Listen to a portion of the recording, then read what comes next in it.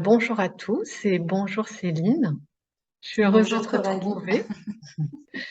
Je suis heureuse de te retrouver pour un sujet, j'allais dire joyeux, C'est ça. et ça fait du bien par les temps qui courent. Et comme tu es animatrice de Yoga du Rire et tu connais bien la joie, le thème de la joie, et on va voir, tu vas nous raconter comment tu la vis.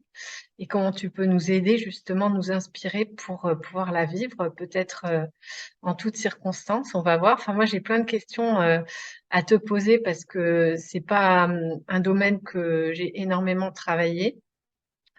Et voilà, j'ai plein de questions pourraient commencer par qu'est-ce que la joie? Où est-ce que tu la trouves toi? Qu'est-ce que ça Mhm. t'apporte?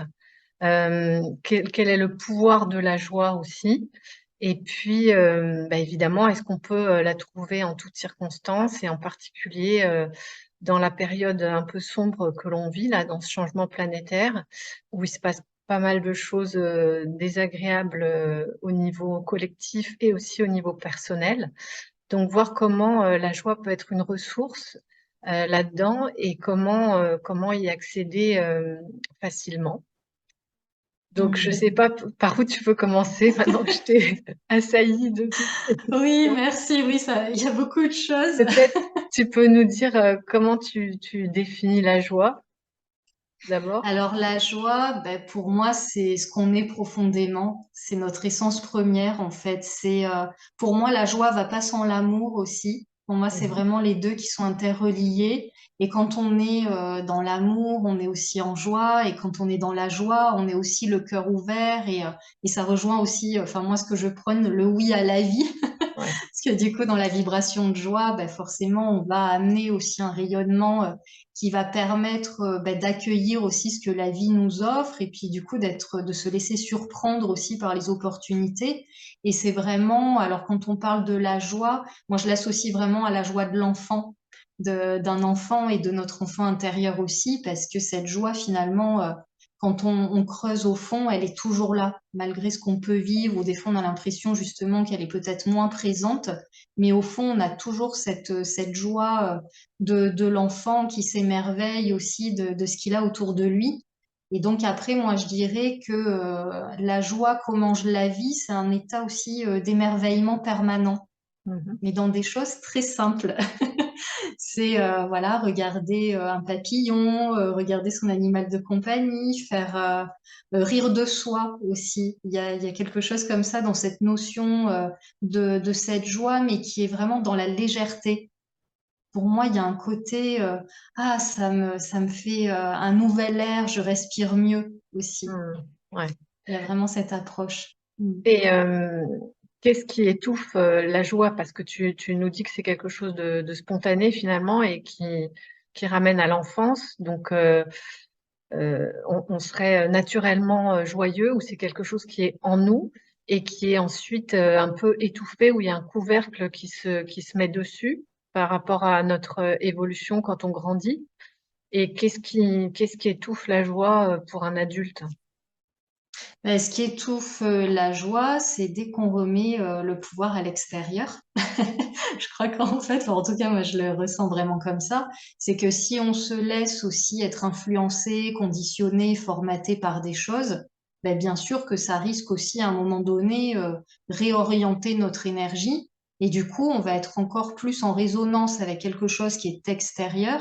Mais du coup, si c'est par exemple ben là par rapport à les actualités, ben, ce qu'on vit actuellement, c'est vrai que du coup, si on a vraiment des informations qui nous amènent quelque chose d'anxiogène, bah là, ça va être une autre émotion qui va arriver, la peur va arriver, et du coup, on peut pas vivre en fait deux émotions contradictoires en même temps. Enfin, je veux dire, au niveau humain, c'est si on est dans la joie, on n'est pas dans la peur, et si on est dans la peur, on peut pas être dans la joie. Donc, pour moi, c'est vraiment l'extérieur qui va venir ternir. C'est un peu cette image du diamant où, ben voilà, si on ne nettoie pas, j'ai un peu l'image comme s'il fallait mettre des fois même sur une vitre, hein, voilà, ben des fois la vitre elle peut se salir à force. Et puis ben là, il faut mettre un petit peu de produit et essuyer pour retrouver justement la transparence qu'on peut avoir et dans cette énergie qui est oui, notre essence première, parce qu'un enfant, je veux dire, quand il arrive au monde, il se pose pas de questions. Enfin, Mm. il y a ce côté où, même avant de parler, le nouveau-né est dans la joie. Il est déjà, ça justement dans le yoga du rire, c'est quelque chose aussi que j'ai découvert, c'est-à-dire que il y a, voilà, un bébé, il arrive au monde, il est déjà dans le rire, dans la joie, avant d'être dans le dialogue. Et inversement, des gens vieillissants qui perdent l'usage de la parole peuvent quand même rire. Et ça peut devenir aussi un outil de communication. Donc cette Et joie, on est vraiment dans le partage aussi. la joie, elle est toujours reliée au rire ou à la faculté de pouvoir être en joie et donc de rire, ou c'est quelque chose qui est en nous. Moi, je parle souvent d'une joie tranquille, quelque chose de paisible. Et quelle distinction tu fais entre la joie et le rire? Moi, je dirais que les deux sont interreliés, mais ils sont complémentaires en fait. Et je Ouais. rejoins ce que tu dis, c'est-à-dire que des fois, on peut être dans des états de joie immenses, mais on n'est pas forcément dans un rire qui va arriver. Par contre, inversement, on peut être aussi dans le rire, mais qui va pas, qui va être aussi un masque par rapport à la joie. Parce qu'il y a des gens, par exemple, qui ont des moments, des passages de vie difficiles, qui n'arrivent pas à pleurer, par exemple, mais du coup, ils vont rire. Mm. Mais c'est alors parce que simplement c'est un outil qui va leur permettre de décharger aussi. Mais comme ils sont moins, comment dire, familiers avec les énergies peut-être de la tristesse, ils vont passer par le biais du rire pour justement évacuer. Ouais. Donc c'est pas parce qu'il y a forcément rire qu'il y a forcément joie, mais pour moi le rire, quand on est vraiment dans quelque chose, bah, le vrai fou rire, pour moi c'est un petit peu la cerise sur le gâteau, quoi. S'il y a quelque chose comme si le temps s'arrête et ça vient pour moi allumer encore plus une petite lumière par rapport à la joie qu'on porte en soi. Et là où je te rejoins, c'est que finalement la joie, pour moi, c'est puisque c'est ce que nous sommes, et c'est aussi en lien avec la paix intérieure. Ouais. Donc, si je suis en paix, je peux plus être connectée à ma joie. Et en même temps, cette joie va venir aussi nourrir cette paix à l'intérieur. Et comme tu dis, je trouve qu'il y a aussi ce phénomène de tranquillité. C'est comme si ben, on prend les choses comme elles viennent. Il y a aussi une part où on relativise, où on lâche prise. Et de se dire, ben, ça ne veut pas dire qu'on n'a pas d'émotion, mais on sait qu'à l'intérieur de soi, on peut garder vraiment cette sphère, la protéger. Et puis finalement, voilà, elle est là, on le sait, et on peut quand même se rediriger vers elle, justement, par la paix. On n'est pas Mm. obligé de passer aussi par différents biais. Voilà, enfin, moi, c'est ce que je ressens, tu vois, par exemple, dans des états de méditation ou de relaxation, ben, juste le fait d'être détendu, enfin, personnellement, moi, ça m'amène de la joie. Et je Mm. sens mon corps qui est heureux, je sens mon esprit qui est heureux, justement, de cette tranquillité. Donc, tu fais des pauses dans la journée pour pouvoir être en paix et ressentir justement cette joie, ou comme tu dis, simplement parce que tu regardes un animal de compagnie ou une fleur, ça te procure de la joie, ça réactive, ça résonne, ça fait résonner cette joie en toi. Ben, c'est les deux. C'est les C'est-à-dire que deux. dans la journée, oui, moi j'ai vraiment besoin de faire des petites pauses. Alors il y a des fois, ça va être juste des pauses où je vais me recentrer sur moi, fermer les yeux, me reconnecter vraiment à l'intérieur de moi pour justement trouver cette tranquillité. Puisque ben, si je fais quelque chose qui me demande plus d'effort aussi, qui est peut-être pas, je pense, typique, le côté administratif des fois qu'on n'a pas envie de faire. Là, Je vois c'est ce vrai que qu'il y a tu des veux fois, on dire. se dit pas, on n'y va pas gaiement à faire sa compta et tout. Voilà, bah, en tout cas, moi, c'est mon cas. Et finalement, bah, après, voilà, de pouvoir se recentrer, il y a un côté où on se dit, ah là, voilà, je me sens plus légère, donc je vais pouvoir poursuivre, mais en ayant moins un peu ce poids sur les épaules. Et inversement, bah, c'est, tu vois, aussi à l'extérieur, où il y a un moment donné, bah, là, je vais pas forcément fermer les yeux, et je vais simplement regarder par ma fenêtre, et je vais voir ce qui se passe de l'autre côté. Ouais. Tu vois, donc il y a les deux côtés et en même temps, ben, ça régénère et ça permet justement ben, de revenir à soi. Et quand on revient à soi, ben, forcément, on reprend de l'énergie pour aller de l'avant, pour faire les choses et justement dans cette légèreté, Ouais. pas dans les lourdeurs. Et est-ce que quand tu es dans une période où tu as plein de choses qui vont mal, tu sais, en général, ça va en cascade, c'est des séries. C'est ça. Est-ce que tu as une technique particulière ou le fait de pratiquer régulièrement te permet de rester centré même dans la tempête? Alors après, moi je dois dire que oui, j'utilise quand même des petites techniques, hein. C'est pas toujours hop, ça y est, je sors la tête de l'eau et j'y arrive comme ça. Après, c'est ça qui est intéressant, c'est qu'on peut se construire aussi une boîte à outils. Et justement, à travers la joie, c'est-à-dire que la joie, on sait que c'est inné en nous, mais on peut avoir justement divers outils pour venir rallumer la flamme si à un moment donné, on sent que c'est un peu la tempête intérieure. Et moi, j'ai ma clé du yoga du rire qui est là et qui m'aide beaucoup. Mais c'est vrai qu'après, voilà, ça peut être des séances de relaxation, mais ça peut être, alors typiquement, moi, ce qui m'amène de la joie, c'est de mettre des musiques que j'aime. Des Hmm. musiques qui vont me mettre dans le mouvement, dans la gaieté, typiquement, là je pense tout de suite à du zouk, des choses très solaires et qui me donnent envie de bouger, de la salsa, etc. Et ça, je sens que oui, vraiment, ça me fait remonter les énergies et ça me met vraiment en joie. Et après, ça peut être aussi même un petit film, une comédie drôle ou des choses comme ça, et je sens que ça me reconnecte tout de suite. Ouais, ouais, Mm. d'accord. Et moi, ça me fait penser à un moment où quand mon frère était malade et qu'il était alité, il souffrait pas mal, il prenait de la morphine, etc. Et donc moi, je le voyais un peu dépérir et c'était, je sais pas, 4, 5 mois avant qu'il décède. Et donc, on savait pas que ça allait finir comme ça. Et à ce moment-là, enfin, un jour où il m'a vu le regarder tristement, quoi, il m'a dit, mais Coralie, il faut que tu retrouves la joie. Alors Mm. déjà, j'étais surprise qu'il me dise ça dans l'état où il était, tu vois, avec les perspectives Mm. qu'il avait. Et en même temps, j'ai trouvé ça génial de voir que lui, dans son état, il puisse penser à ça, que c'est ça qu'il ressente, parce que ça veut dire qu'il en avait en lui. Et en même temps, moi, je me suis vue réagir. Enfin, j'ai vu mon mental qui disait, quand même, tu as vu les circonstances, tu vas pas être joyeuse, et puis tu es victime de cette situation. Enfin, tu vois, le gros truc du mental qui se pose en victime et qui vient m'interdire presque même d'entendre ce qu'il m'a dit. Enfin, j'ai trouvé ça hallucinant. J'étais surprise que lui ressente ça et j'ai trouvé ça génial.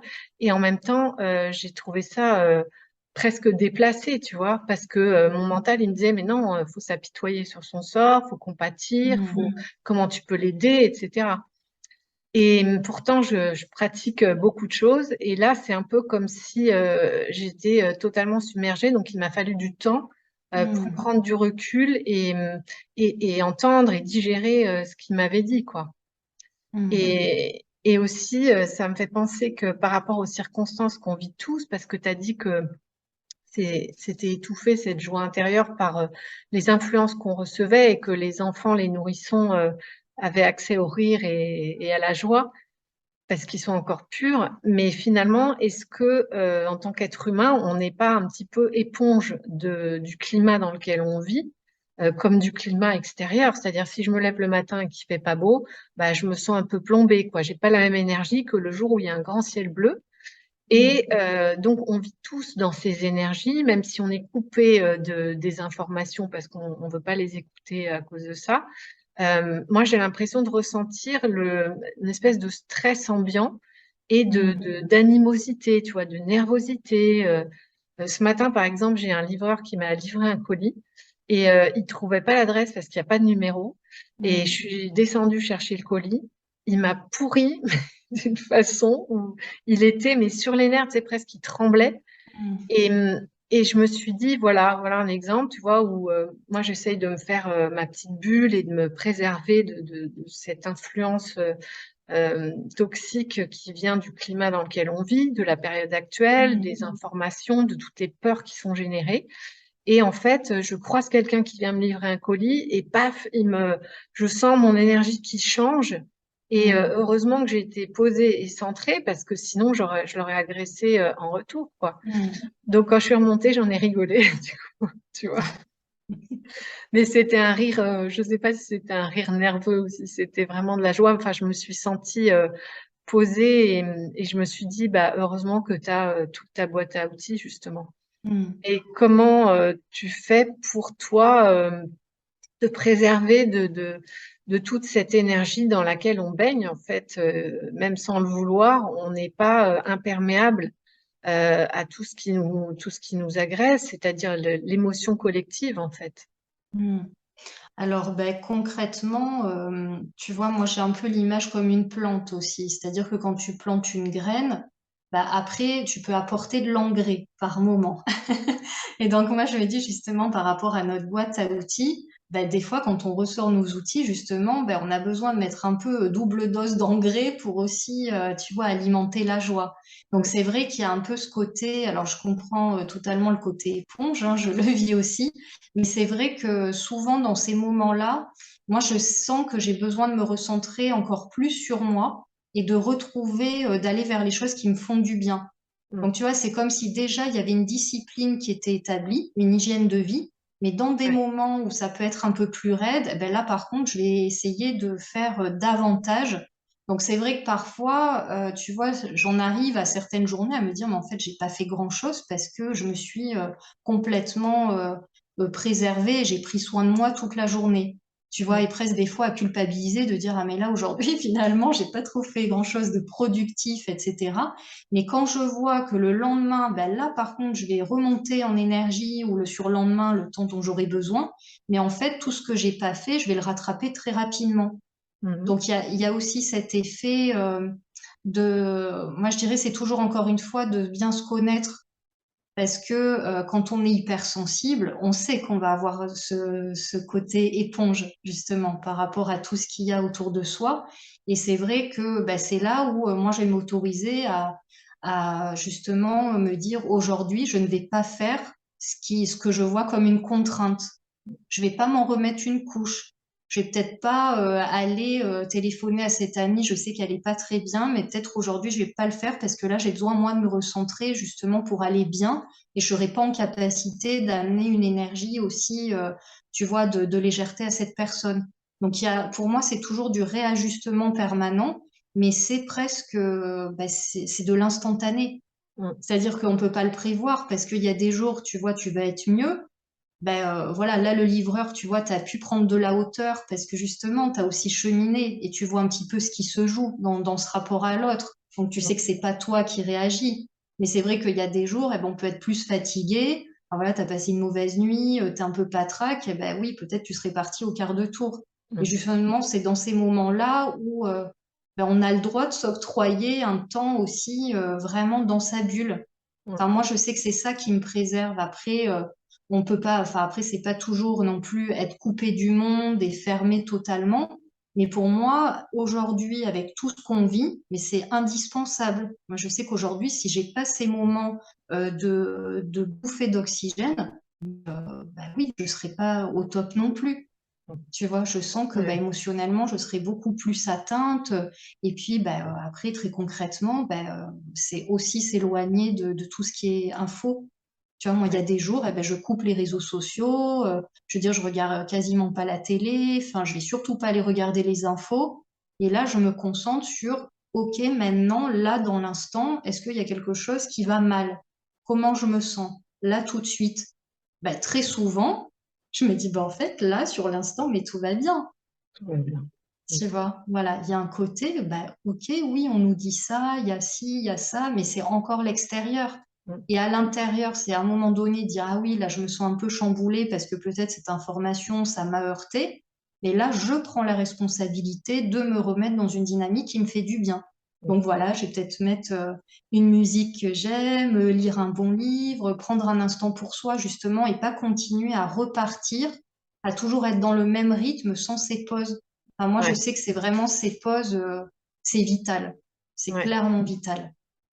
Moi, tous les jours, je m'organise pour avoir un temps seul, pour pouvoir être dans le silence. Et Mm. rien que ça, sans faire rien de particulier en termes de méditation ou je sais quelle autre Mm. discipline, je sais que ça fait partie de mon hygiène de vie, comme tu dis justement. Mm. Et j'ai souvent la question, les gens me disent, mais comment faire pour aider mes proches? Je me sens impuissant par rapport à un tel qui va pas bien, ou bien Mm. euh, qui cherchent en fait ce qu'ils peuvent faire quand ils ont l'impression d'avoir rien fait de leur vie, etc., Mm. etc. Et ça, enfin moi je le répète souvent que c'est par notre façon d'être, notre hygiène de vie, la faculté de savoir se choisir, sans penser que c'est égoïste, de se choisir, de se respecter pour être justement dans un état d'être naturel où il y a de l'amour, où il y a de la joie, parce que ça se communique aussi. C'est-à-dire qu'il n'y a Mm. pas que la nervosité, l'agressivité qui se communiquent au niveau collectif, mais à chaque fois que je prends soin de moi, je sais que ça a une influence sur mon entourage direct, ma famille, les gens que je côtoie, mes amis, mes clients, enfin voilà quoi. Et ça, je trouve que les gens en sont pas assez conscients parce que rien que ça, c'est une énorme action en soi, quoi. Et c'est ce qu'on Mm. peut tous faire sans rien faire, entre guillemets. C'est ça. C'est ce qu'on est en fait. C'est ce Mm. qu'on peut juste être pour soi en premier et c'est ce Mm. qu'on redonne, c'est ce qu'on rayonne aux autres. Ben, je crois qu'on est tous et toutes des sources d'inspiration pour Mm. les autres et que justement quand on va être bien, justement dans les moments comme là actuellement, on sait qu'il y a beaucoup de choses qui se passent, et les gens, c'est là où ça va aussi les interpeller. Ils vont dire, mais comment elle fait, comment tu fais pour être bien avec tout ce qui se passe? Et c'est là aussi où on peut justement tendre la main et là on peut être dans un vrai échange. Ouais. Et l'autre va être plus dans la compréhension. Parce que du coup, la personne va être interpellée de se dire, bah oui, moi, j'y arrive pas trop. Mais du coup, et inversement, comme nous, on peut être inspiré par d'autres aussi, hein, c'est du même ressort. Et je me dis, mais c'est vraiment comme ça, quand tu parles d'égrégore, c'est vraiment ça. C'est-à-dire que souvent, les égrégores, on a tendance à faire l'amalgame avec quelque chose de négatif. Non, oui, l'égrégore collectif, la peur, la colère, nanana. Alors qu'en fait, on peut totalement contrebalancer par des égrégores de paix, par des égrégores de joie. Mais c'est vrai que je trouve que le terme égrégore, souvent quand c'est employé, les gens ont tendance à l'employer sur quelque chose qui va être plutôt à connoté négatif. Mm.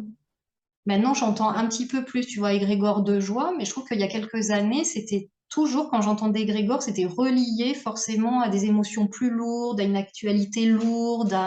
Et Ouais. maintenant, je trouve, tu vois, même dans le discours des gens, il y a quelque chose qui évolue. Et après, les outils, je trouve on en a tous. Et même quand on traverse des phases, c'est ça qui est intéressant, c'est que il y a des gens, ben voilà, on est tous des fois suivant, on se positionne par rapport à la vague et ce que la vie nous amène à vivre. Ben, des fois, certains vont être en haut de la vague, d'autres dans le creux de la vague. Mais finalement, on est toujours là aussi pour éclairer l'autre quelque part. Donc, parce qu'il y a un moment donné, ben, je veux dire personnellement, voilà, moi aussi, il y a des fois, c'est un peu plus compliqué.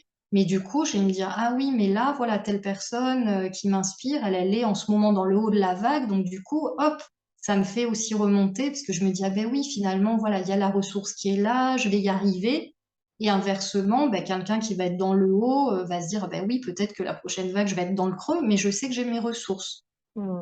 Donc je trouve que l'écho que ça amène avec l'autre, c'est comme tu parlais de besoin, c'est vraiment se connaître, se reconnaître et de dire, mais on est tous dans le même bateau en Mm. fait.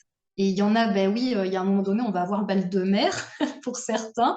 D'autres, ça va passer. Après, c'est les autres qui l'auront. Il y en a qui l'auront pas du tout. Enfin, et pourtant, on est là tous ensemble et puis, on se soutient quelque part. Ouais.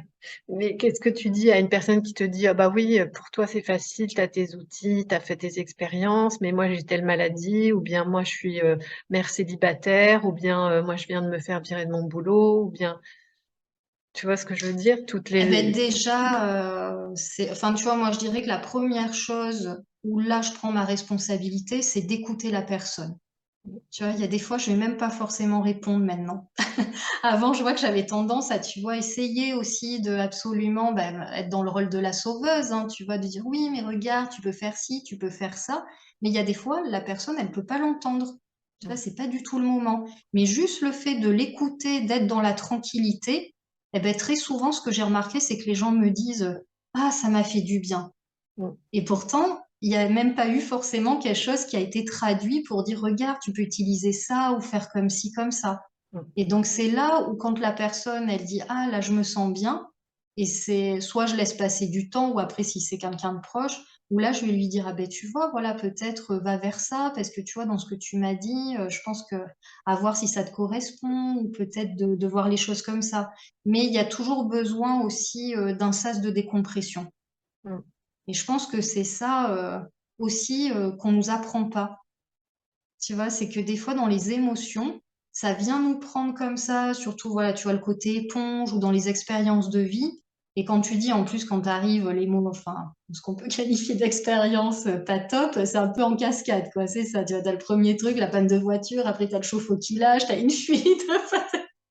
Donc là, c'est sûr que c'est pas dans ces moments-là où même moi, personnellement, je suis en capacité d'entendre, oui, bon, allez, respire, lâche prise, tu vois, parce que tu dis, ben oui, mais il y a ça qui fuit, je vais pas, voilà, il faut que je passe à l'action quand même. Mais en même temps, de pouvoir être juste là, en présence avec l'autre, ben finalement, il y a des fois, c'est juste ça. Ouais. Tu vois, quand tu disais être, ben voilà, juste être là, dans la présence. Et du coup, la personne, eh ben, elle va voir que, OK, là, j'ai besoin d'évacuer des choses, OK. Et en même temps, après, ça va permettre là une autre ouverture où là, on peut plus amener les outils. Mais je pense qu'après, tout le monde n'est pas apte à recevoir tout de suite un petit peu, tu vois, le protocole. Bah oui, tu peux faire ci, tu peux faire ça. Et puis, ça fait, tu vois, quand t'es pas bien, t'as pas envie d'avoir quelqu'un qui va en plus te faire la morale, tu vois, en te disant, bon, ok, t'as médité ce matin, comment ça, t'as pas médité, tu vois. Enfin, Fais donc je pense, ceci, petit 1, fais cela, petit 2. voilà, c'est ça. C'est ça. Je pense qu'après, on est tous humains, on a tous aussi nos difficultés à traverser, nos challenges, Nos et que limites. voilà, on n'est pas là non plus pour dire aux gens, bah, c'est comme si, c'est comme ça. Moi, je dis toujours aussi aux gens que j'accompagne, qui sont près de moi, je leur dis quand ils me demandent mais comment tu fais, mais je leur dis voilà, mais moi sur l'instant, c'est ça qui m'anime. Et peut-être que toi, ça va être autre chose. Donc, qu'est-ce que tu aimes? Moi, c'est souvent, je dis, mais qu'est-ce que tu aimes faire? Qu'est-ce qui te fait du bien? Mm. Voilà, et reviens à ça. Et des fois, il y a des gens, ils vont me dire, ah ouais, mais quand j'étais plus jeune, j'aimais bien ça et tout. Et du coup, bah, c'est vrai que je le fais plus depuis un bon moment. Et je leur dis, tiens, bah, peut-être que ça, tu pourrais refaire. Enfin, et en plus, ce qui est vraiment beau, ce que je trouve, c'est que même des fois, quand on oublie un petit peu ce qui nous anime profondément, quand les gens, rien que le fait de l'exprimer, mais je vois les étoiles dans leurs yeux. Tu Ouais. vois? Et à Ouais. partir de là, je me dis, OK, ils ont peut-être pas acté dans la matière, mais à partir de là, ça y est, il y a quelque chose qui est en train de faire son chemin par rapport à eux, les ressources qu'ils peuvent avoir. Mm. Tu vois? Ah oui, oui, ouais, non, mais ça, c'est vraiment une clé hyper accessible, enfin, vraiment à tous, là, pour le coup. Mm. C'est de voir que quand on n'arrive pas à faire ce que l'on veut ou qu'on n'arrive pas à être joyeux, de commencer par faire quelque chose qui nous anime, qui nous rend heureux, qui nous aime, même dans les choses les plus insignifiantes. Et je dirais que plus on a une difficulté qui nous tombe dessus comme ça, qui nous surprend et qui nous laisse sans voix, plus c'est le moment de commencer par faire quelque chose qui nous fait du bien. Des Mais comme trucs tu les dis, plus ça passe simples par des possibles. choses, mais très très simples. Enfin, moi, tu vois, par exemple, ce qui me met en joie quand j'ai pas trop le moral, ben, je vais manger un carré de chocolat, tu vois. Voilà, où je vais m'offrir justement peut-être une petite pâtisserie que je mange pas habituellement. Mm. Et tu vois, et rien que ça, ben voilà, bon après on sait que le sucre c'est aussi souvent la douceur, mais parce que j'ai besoin de ça. Et là j'ai l'envie, ou tu vois, de boire un thé avec mon petit carré de chocolat et juste ça, je vais dire ah ça fait du bien, tu vois, et déjà je me sens mieux. Mm. Et je veux Ouais, dire c'est accessible à tout le monde. Voilà, là on ouais, part pas à dire faire 3 heures de méditation, c'est pas ça du tout. Et ouais. c'est juste aller faire une petite balade, même juste aller respirer dehors, se mettre juste, voilà, tu te mets en terrasse, un rayon de soleil. Ça, il fait beau, tu te mets là, sous le soleil. Ben voilà, moi, c'est des petites choses, ça, tout de suite, ça me... Mm. Ah, je respire à nouveau. Ouais, bah, le soleil. Et même aller prendre une douche ou Mhm. s'enfermer dans une pièce enfin, où il n'y a plus de personne et juste prendre le temps de respirer ou de lire un bouquin.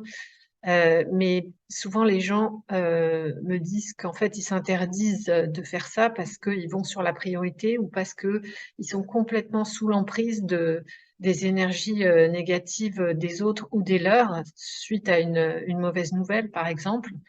Et en fait, c'est vraiment dans ces choses qui sont les plus simples et que parfois on fait spontanément. Mais là, c'est vraiment le moment, je dirais, de choisir ça, quoi. Mhm. Et d'identifier ce que je peux faire tout de suite maintenant sans avoir à acquérir quelque chose ou à attendre que ce soit possible selon ce que me dicte mon mental, etc., etc. Bah, c'est exactement ça, parce que tu vois, là, pour en revenir un peu à l'effet cascade ou ou quand on dit c'est la série, tu vois, il y a tout qui se cumule.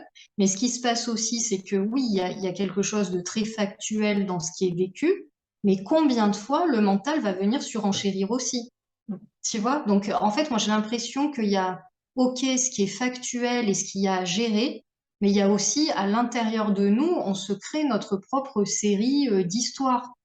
Ben, Donc c'est après, ça le c'est voilà, de problème. comprendre, OK, il y a ça à régler, mais est-ce que là, je suis pas en train non plus d'alimenter encore plus, et ce qui fait que ça va encore générer des problèmes supplémentaires finalement. Mm. C'est vraiment le moment, quand on vit quelque chose de difficile ou quand on a une mauvaise nouvelle, de voir, comme je disais tout à l'heure, là, toutes ces pensées qui me sont arrivées quand mon frère me dit Mhm. Coralie, il faut que tu retrouves la joie. Je te dis, j'ai vu mon mental, en fait, qui essayait de prendre toute la place et de me dire, mais non, tu vois bien que tu es victime de ce qui est en train de se passer, t'as rien demandé pour qu'il soit malade, t'as rien demandé pour qu'il Mhm. soit alité sous morphine, etc. Et puis il va peut-être mourir, etc. Et Mhm. donc, c'était juste pas possible, quoi. Mais il m'a fallu du temps pour comprendre que c'est moi qui me racontais une histoire, parce que sur le coup, j'étais sous le choc, en fait. Et c'est pour ça que tu disais tout à l'heure de pouvoir prendre du recul et que, en fait, le délai pour prendre conscience de tout ça, il dépend de l'hygiène de vie que j'ai, quoi.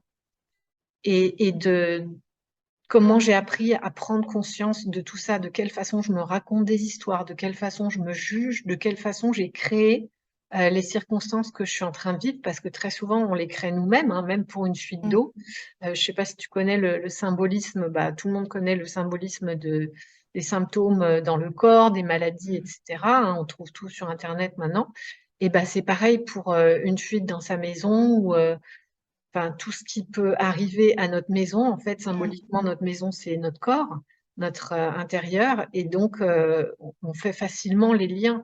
Et à partir de là, c'est une piste pour découvrir de quelle façon j'ai créé le truc, comment mon inconscient est en train de me dire, ailleurs que dans mon corps, que j'ai une problématique, ou j'ai une croyance limitante, ou j'ai une peur par rapport à tel truc. Et donc, ça se manifeste dans la fuite d'eau.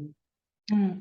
Tout à fait. Et, et Mhm. donc, je ne sais pas s'il y a des livres là-dessus, mais je pense qu'on trouve aussi en tapant symbolique fuite d'eau, selon si Mhm. c'est sur le plafond, au sol, etc. Ça vient donner plein d'indications. Donc, c'est intéressant pour arriver à voir qu'est-ce que je me suis raconté pour que je sois en train de vivre cette expérience-là. Mhm.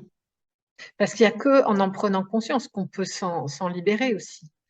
Et le Mhm. fait de Mhm. savoir qu'il y a un sens, bah, c'est extrêmement libérateur aussi. Je suis plus Mhm. victime de la vie, justement.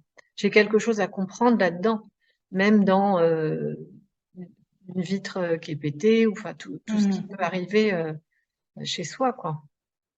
Puis tu vois, par rapport à l'expérience là que tu partages avec ton frère, tu vois, justement, c'est qu'il y a un moment dans la vie, bah, je veux dire, tu as évolué aussi depuis. Tu vois, Oui, donc les outils, même si tu en avais certains, mais justement, alors après, c'est aussi ça, on reste humain, donc forcément, il y a tout le lien d'amour qu'on peut avoir avec les proches, avec les personnes qu'on aime, et bien sûr qu'on a envie que tous nos proches soient bien et qu'ils soient en bonne santé, etc. Et en même temps, alors moi j'ai vécu ça aussi avec un grand amour hein, qui est décédé d'un cancer aussi, donc je connais aussi ce parcours d'accompagnement jusqu'au bout. Et c'est vrai que comme toi, moi j'étais complètement dévastée, j'ai l'impression que j'allais mourir aussi, tu vois, avec la personne d'une certaine façon, il y avait vraiment une partie de mon cœur qui mourait aussi. Et en même temps, bah oui, bien sûr que sur le moment, j'arrivais pas du tout à prendre du recul. Et en fait, ce qui est intéressant, c'est que c'est à travers cette expérience, finalement, que les outils que je me suis créés aujourd'hui ont débuté. Parce mm, que c'était tellement violent que, en tout cas, pour ma part, je me suis dit, mais là, si je ne trouve pas, si je ne vais pas dans mes ressources, mais je vais pas y arriver. c'est ça. Tu vois? Et il y a un moment donné, ben, enfin, moi, j'ai vraiment senti l'instinct de survie de dire, mais, et aussi, tu vois, par rapport à la perte de l'être cher, de dire, mais en fait, comme on est tous interreliés, les personnes qu'on aime vivent à travers nous et vivent à travers nous aussi.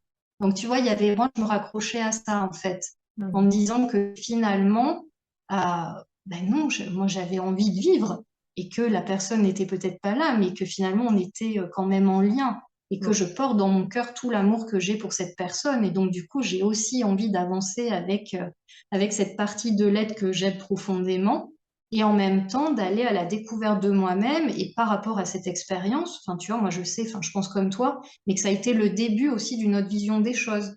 Tu vois, aussi par rapport, comme tu disais, à la mort, à la maladie, parce qu'il y a quand même aussi ce grand conditionnement culturel, enfin, notamment par rapport à la mort. Nous, la mort, on a quelque chose, ça y est, c'est la fin. Enfin, tu vois, il y a quelque chose comme ça qui amène beaucoup de tristesse. Et puis on le voit, les enterrements, encore, les gens sont habillés en noir. Enfin, on sent qu'il y a quelque chose comme ça qui est pas léger du tout. Alors que quand on regarde d'autres cultures, la mort est accueillie comme la fin d'un cycle et on célèbre la mort. Mhm. Donc déjà, on est conditionné différemment. Et après, tu vois, même au niveau de la religion, dans ce que tu partageais, de dire, ben oui, mais moi, je peux pas être en joie alors que l'autre, il va pas bien, tu vois. Mhm. Et finalement, de se dire, mais pourquoi on ressent ça alors que justement, quand on accompagne quelqu'un, moi, je vois des gens que je côtoie qui font des soins, enfin, comment dire, qui accompagnent en soins palliatifs. Mais les gens, justement, ils se disent, mais c'est quand on est près des gens qui sont prêts à partir, quand on est dans la joie, mais bien sûr que ça aide, en fait, tu vois. Et il y a un côté, bon après, voilà, suivant quand on le vit, moi, j'avais pas du tout conscience de tout ça à l'époque, hein. C'était il y a ouais, un peu moins de 20 ans maintenant, donc j'avais pas du tout ces outils-là. Mais j'étais déjà dans une démarche, tu vois. Et donc c'est vrai qu'après, ben, ça met face à une réalité, ben oui, qu'il y a la mort, il y a la vie, et comment nous, on se positionne par rapport à ça. Mhm. Tu vois, parce que finalement, là, quand tu parles de ton frère, moi, ce que je ressens, c'est qu'en te disant ça, tu vois, d'amener la joie, c'est comme si lui, quelque part, il avait fait déjà un pas, tu vois, dans cette après-vie Mhm. d'une certaine façon. Et qu'en même temps, c'est te dire, mais non, parce qu'il y a des gens aussi qui sont vivants, mais qui sont dans des énergies de mort, tu vois, qui Complètement. ne vivent pas. Voilà. Et je crois que là, c'était ça, tu vois, enfin là, c'est ce que je ressens en tout Ah, cas, mais mais complètement. C'est pour qui ça que t'amenait ça, qui te disait, j'étais. voilà, vie. Hmm. Ah ouais, il y avait tellement de choses dans ce message que j'étais dans une Hmm. stupéfaction, si tu veux, parce que fallait que j'ai le temps d'intégrer tous les Hmm. messages qui étaient différents de Hmm. sa part pour moi. Et non, non, c'était énorme. Et en fait aussi, bon, je le savais avant, mais là j'ai vraiment pu l'intégrer à un autre niveau, que chaque épreuve que l'on vit, et la perte d'un être cher en fait partie, et ça concerne tout Hmm. le monde. euh, Ça nous amène toujours plus loin, comme tu as dit, dans aller vraiment chercher ses ressources, parce qu'il y a un élan de vie qui est là et qui dépasse tout en fait. Hmm. Donc, Complètement. voir les épreuves comme quelque chose qui va nous amener à grandir, grandir en conscience et en sagesse, bah, c'est quand même aussi une bonne nouvelle. Même si je reconnais que c'est difficile de l'entendre quand on est au cœur Ah, ben, de la c'est pas sur le moment qu'on est en capacité de l'entendre. Moi, tu vois, dans mon parcours, par rapport à cette expérience, je dirais que j'ai fait mon deuil complet, il m'a fallu 10 ans. Tu vois, donc ça paraît énorme. Mais en fait, je me dis, si on ramène ça à une vie, voilà, moyenne d'âge 80 ans, bon, ben finalement, c'est pas si énorme que ça, tu vois. Non, parce que Mais après, ça veut pas dire, ça t'a voilà. fait gagner beaucoup d'années. T'es sage avant d'être vieille. Oui, tu vois, il y a ce côté. Et puis après, ça n'enlevait pas que par moment, ben, bien sûr, je ressentais quand même de la joie. Mais c'est vrai que par moment, j'avais, ben, si je repensais à la personne, ben là, je sentais que c'était pas l'émotion de joie qui arrivait en premier. Ça, Ouais. c'est sûr. Tu vois, j'avais la tristesse, je ressentais le manque, voilà, je me disais, ben oui, même si le lien d'amour est là, mais c'est vrai que de plus sentir la personne physiquement près de soi, c'est pas toujours évident. Et en même temps, petit à petit, alors tu vois, moi très concrètement, hein, là c'est c'est vraiment l'expérience, c'est que première année, tu vois, j'allais très régulièrement au cimetière durant les premières années et j'arrivais sur la tombe, je m'effondrais. Tu vois, je passais 1 heure à pleurer, pleurer, pleurer. Et finalement, ben, je sais pas, il y a eu une année où je me suis dit, je vais pas aller sur la tombe, je vais quand même acheter des fleurs, mais je vais les mettre dans mon salon pour célébrer la personne. Et en fait, à partir de là, tu vois, ça a complètement changé ma vision des choses. Hmm. Tu vois, parce que je me C'est suis intéressant. dit, Ouais. voilà, la personne, en fait, elle est dans le tout. Voilà, l'amour est dans le tout. Et c'est pas associé à une tombe, en plus, qui est associé à la mort, un côté justement bien lourd. Et là, je me suis dit, bah non, non, je vais acheter des fleurs pour célébrer, voilà, l'anniversaire ou quand c'est la Toussaint, tu vois. Et je fais ça donc pour cette personne et pour ma grand-mère aussi. Et plusieurs années, j'ai fait ça où j'achetais deux beaux bouquets de fleurs.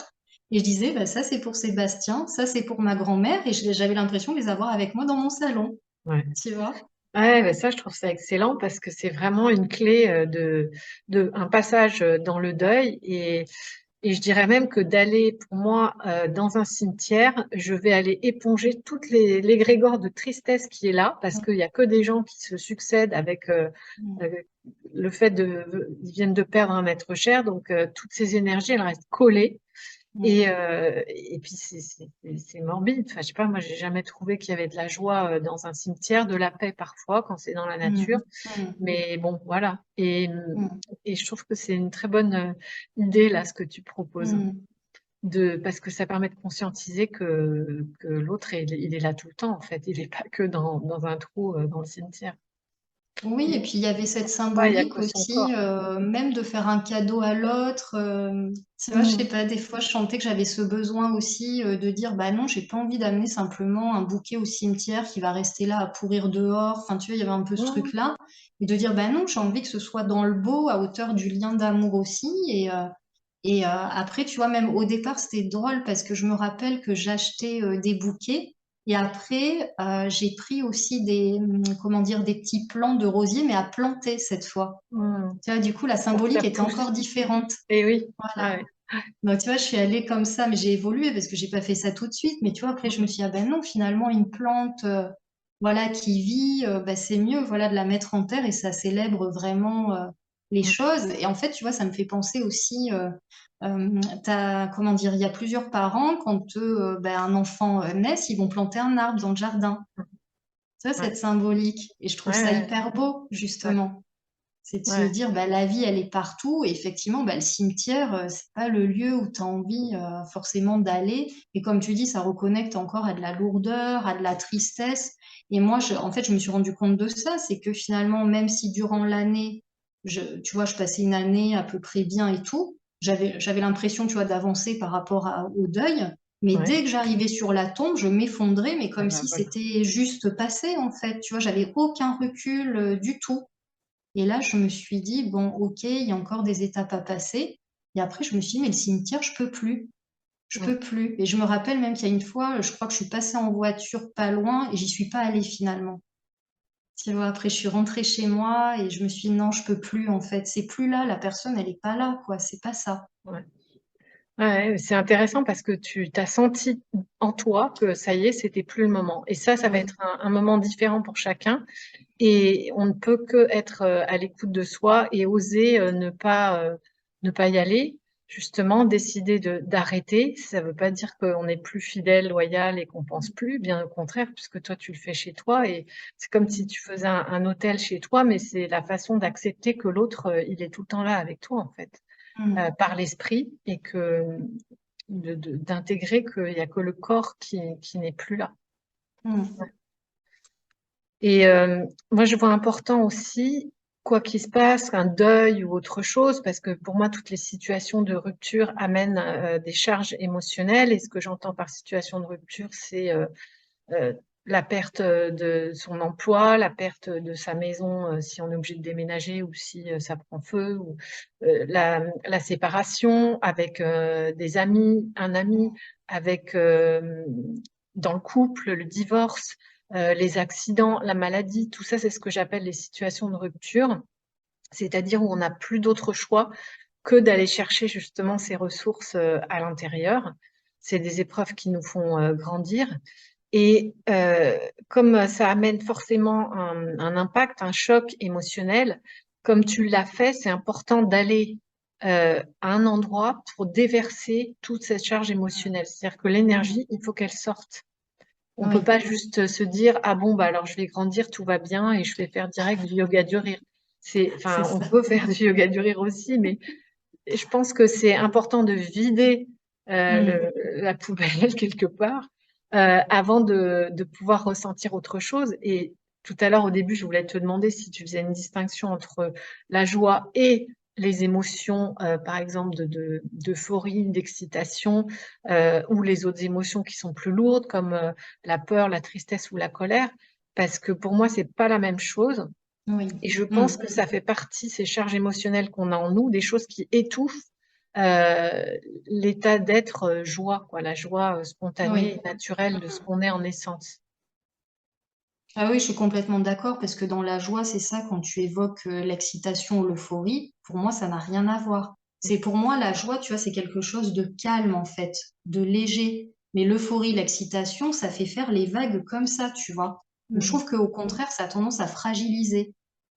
Tu vois, je trouve qu'il y a le côté excitation, euphorie, il y a quelque chose de l'ordre du désir aussi. Mhm. Tu vois, je Oui, sais qui pas va comment complètement. expliquer, mais ça vient Si, nourrir c'est justement une partie mais égotique, tu vois, oui, du désir sur l'instant. c'est Donc pour ça. moi, c'est pas tout à fait la joie comme nous, là, on a envie de l'exprimer, de le partager. La joie, l'état d'être, il est là naturellement. Je veux dire, justement, là, pour en revenir à un nouveau-né, tu regardes un bébé, tu vas pas dire, ah, il est euphorique. Tu Non, vois, par contre, tu vas dire, ah, il est souriant, il est ouais. heureux, il est dans la joie. Donc, c'est pas du tout pareil, parce que pour moi, l'excitation et l'euphorie, on peut être vite désaligné aussi. On est désaligné quand tu Ouais, es ouais. Mm, exubérant, euphorique, excité. C'est une énergie qui est légère par rapport à la peur qui est lourde, oui. mais elle montre qu'on est désaligné. Et quand tu parles de désir, c'est exactement ce que dit Marie-Odile Sanso, c'est-à-dire que Mm, c'est une émotion qui vient révéler un besoin profond qui est plus de l'ordre de faire quelque chose de cette énergie dans sa créativité. oui. Mm, C'est-à-dire de créer, elle vient nous dire qu'on a besoin de créer, de manifester quelque chose qu'on n'a peut-être pas mm, encore identifié, mais d'utiliser sa créativité, mm. de la manifester, quoi, de Oui, oui, créer parce quelque que c'est chose. ça, oui. Parce que Mm. l'euphorie, l'excitation, tu vois, pour en revenir à ça, moi j'ai tout de suite l'image un peu d'un soufflé au fromage, quoi.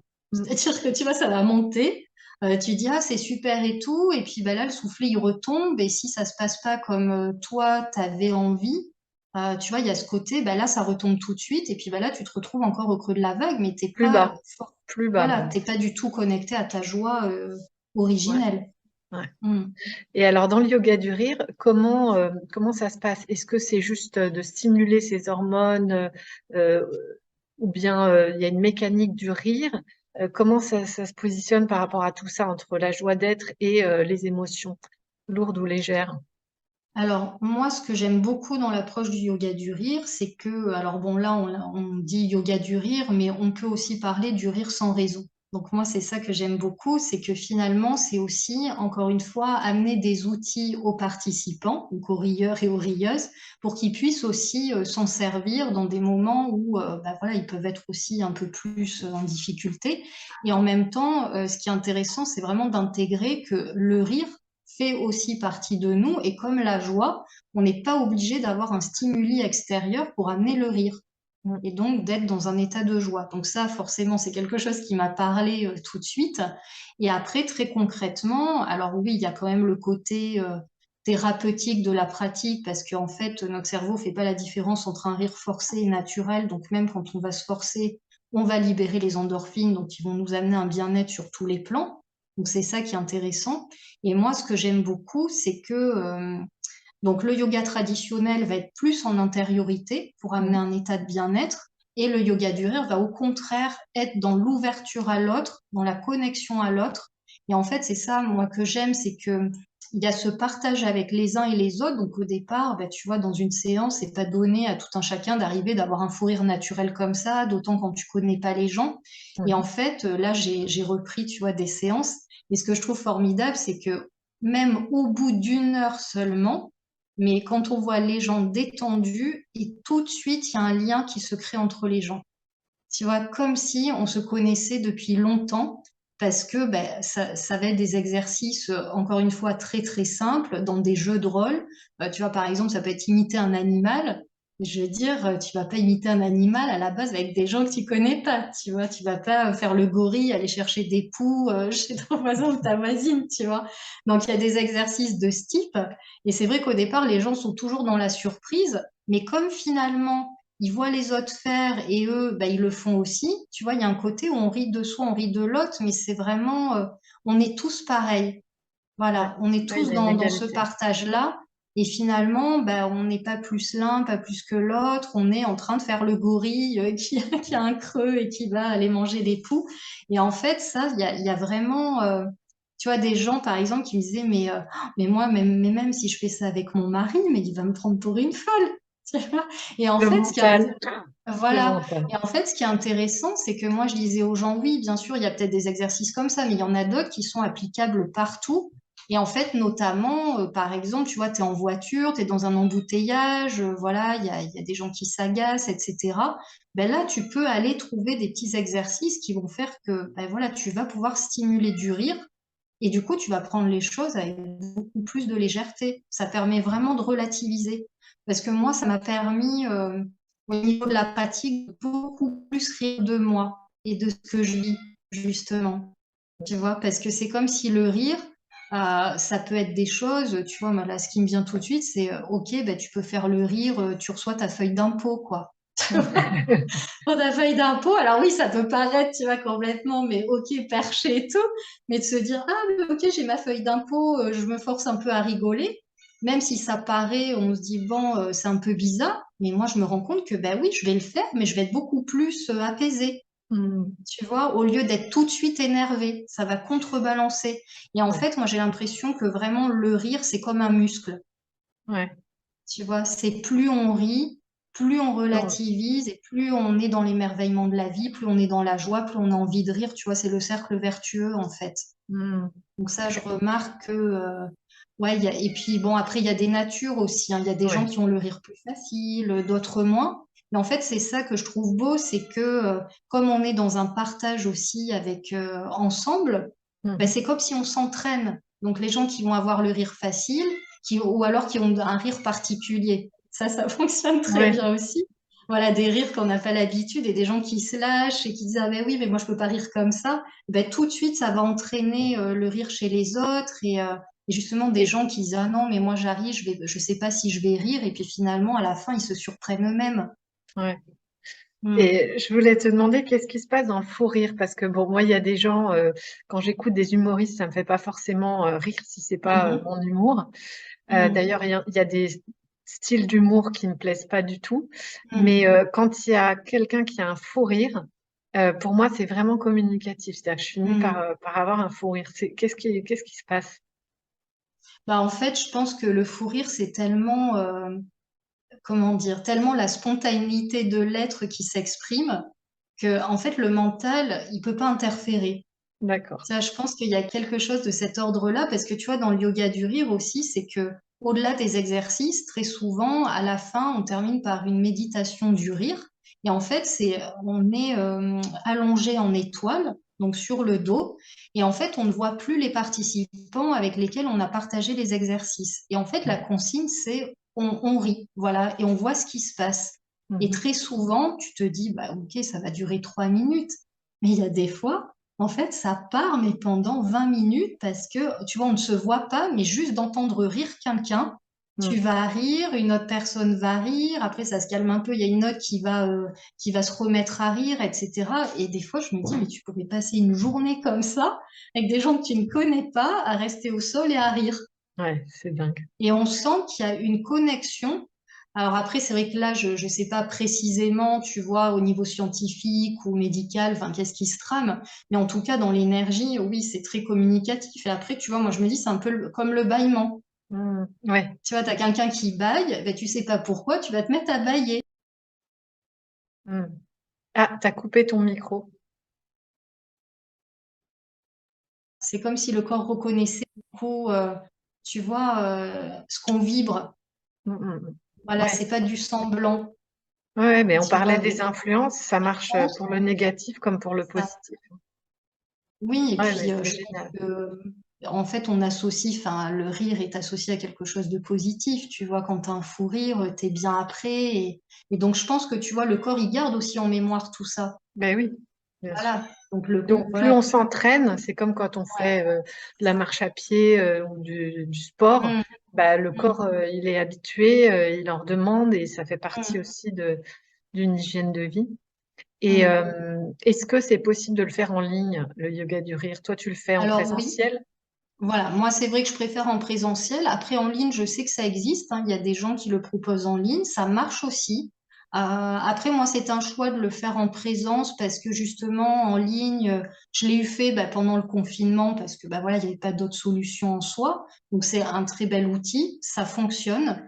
Après c'est vrai que moi ce que je trouve intéressant c'est l'échange entre Mhm. les gens après la séance. Donc c'est vrai que le côté en ligne on l'a un peu moins. Donc Mhm. c'est vrai que ça amène quand même bien sûr du bien-être.